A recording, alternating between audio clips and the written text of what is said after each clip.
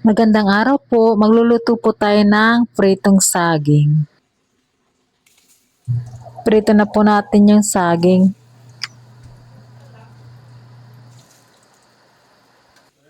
Wala pong maisip na merienda. Kaya nagprito na lang po tayo ng saging.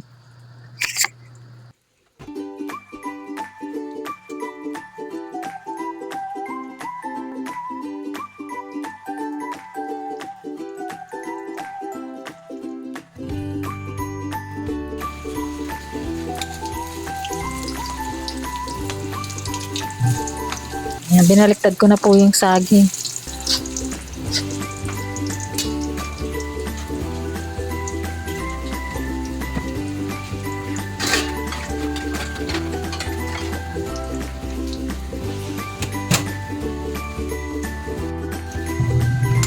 Ayan po, luto na po yung unang salang.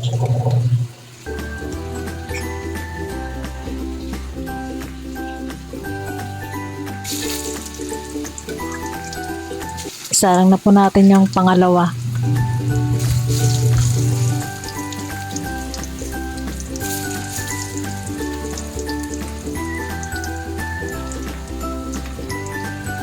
Ahonin ko na po yung unang salang. Natutok ay.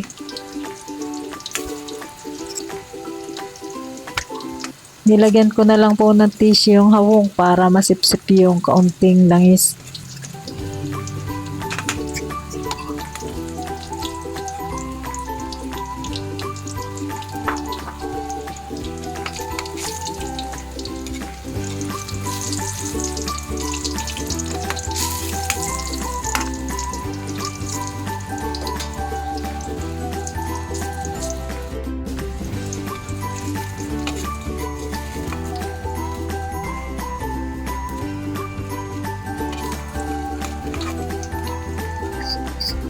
Ayan na po, luto na po yung ating pritong saging.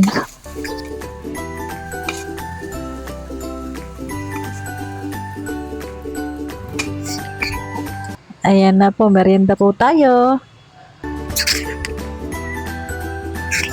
Magagawa po pala tayo ng malunggay powder. Maigi rin po itong ilok sa ating mga inalutong mga ulam.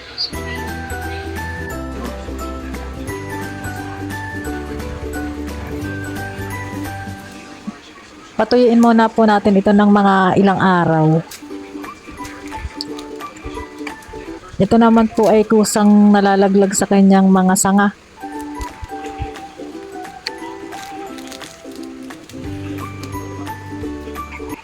Masarap din po itong tsaa. Sa umaga po, pwedeng ito na po ang gawin ninyong kape. Maganda po ito sa ating katawan. Anti-cancer po ito ay.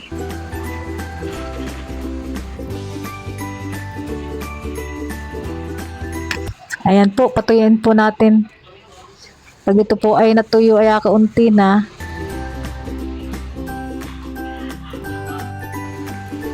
Ayan po, tuyo na po yung ating malunggay.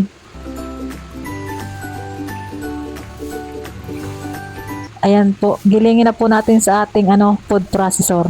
Kung wala naman po kayong food processor, ay kung may blender naman po kayo, pwede naman po sa blender. Mas maganda nga po sa blender at durog na durog siguro. Dito po ay may kaunti pang buo-buo.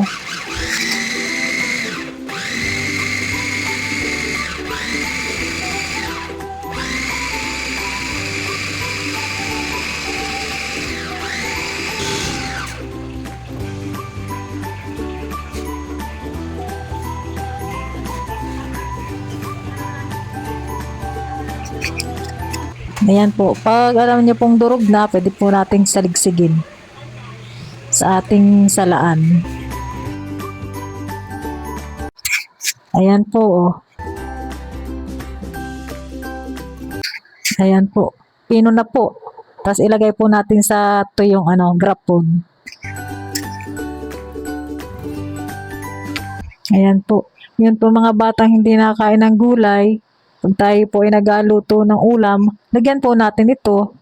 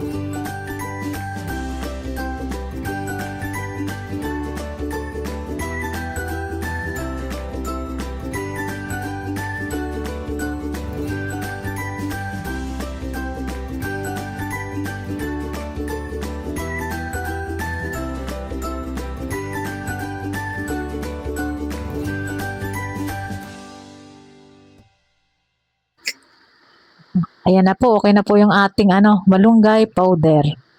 Yan, pwede na po tayong magtsaa sa umaga.